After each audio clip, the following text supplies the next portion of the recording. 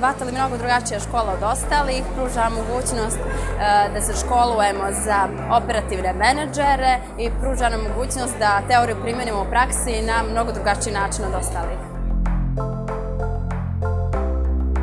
Početkom februara završila sam drugu godinu u Istanbulu, bila sam student na razmjeni, iskustvo je izvanredno i preporučila bih svakome.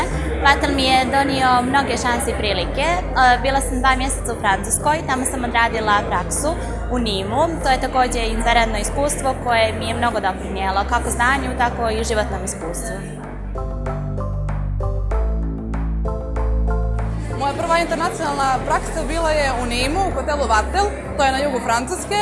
I ono što je bilo dinamično kod toga iskustva je to što smo svake nedelje mijenjali pozicije.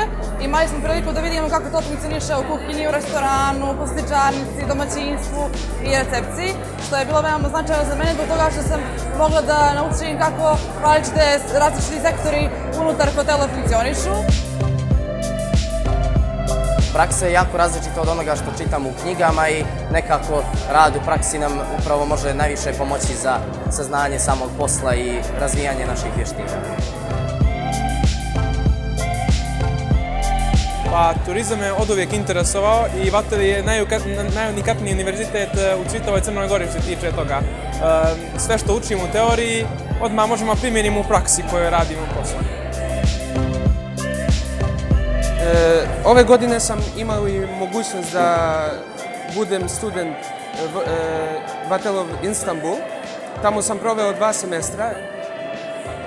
Mogu da kažem da to je jedan od boljih odluka u mom životu. Naučio sam dosta stvari u oblasti hotelijerstva i menadžmenta, ali najvažnije je što sam naučio jedan novi jezik i upoznao sam jednu novu kulturu sa vrlo bogatom tradicijom i istorijom i najvažnije upoznao sam ljude koji su mi pomogli da sebe unapredim u svakom smislu. Postao sam bolji čovjek, strpljivi i tolerantni. Porto Novi mi se jako dopada zato što ne odstupa od lokalne kulture, od lokalne arhitekture. Mislim da je u pitanju jedna poslovna priča koja je pozitivna za sve strane i za lokalno stanovništvo i koja će donijeti višestruke benefite.